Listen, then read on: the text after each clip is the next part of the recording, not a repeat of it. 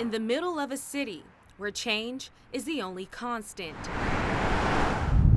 is a place where the past and present intersect,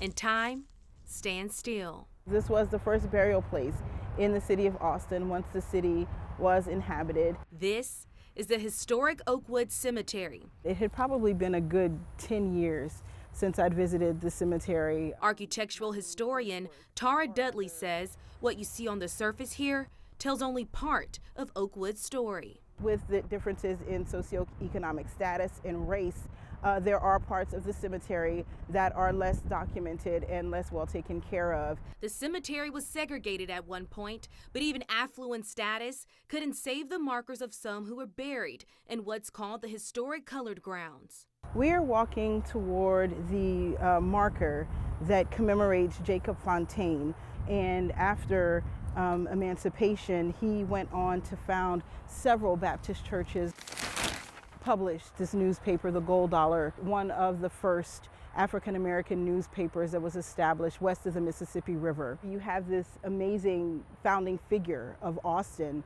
who's buried in the colored grounds, but we have no idea where. Looking around, you would think the cemetery was full, but as we walk through the colored grounds, it's clear where some pieces of history are missing. A lot of the empty space that you see here is not because there aren't individuals interred there. There likely are.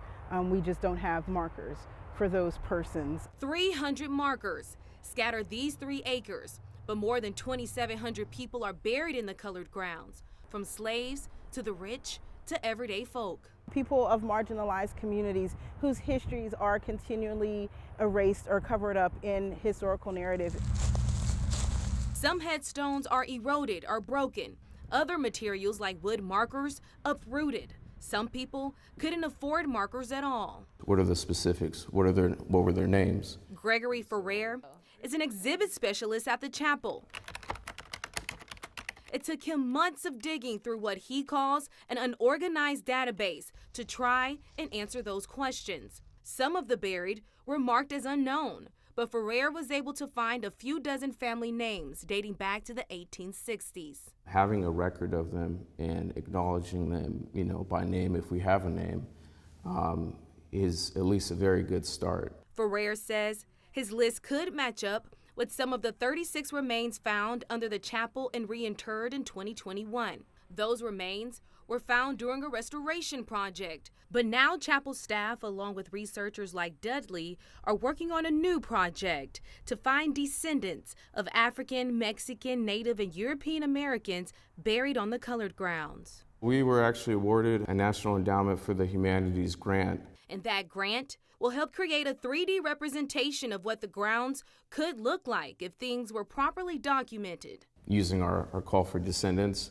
we've also started conducting some oral history interviews. Ferrer knows how it feels to amplify the voices of ancestors. This is my family's lot. 8 of his family members, all on his mother's side, are buried at Oakwood. And while the Loving Good family has markers, it wasn't until 2019 that Ferrer was able to find details about his great-great-grandfather, Reuben Shannon Lovingood.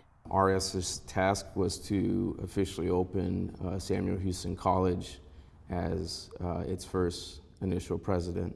Samuel Houston College, now known as Houston-Tillotson University. Being able to connect with that branch has just been a very special thing, especially being out here in Austin, being in a place where, they lived and worked and they did a lot of amazing things. A feeling Ferrer hopes to bring to other descendants soon.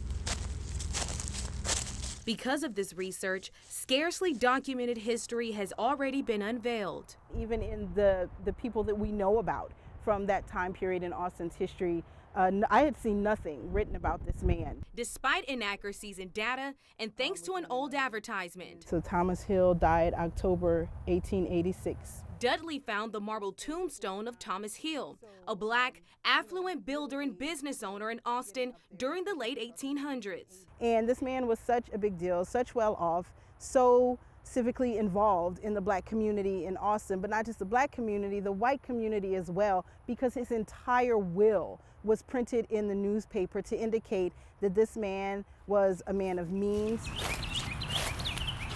It's important to understand the past so that we can understand the present. I feel like the ancestors, are speaking, and they want their stories told. Stories told to repopulate history, not just within this cemetery,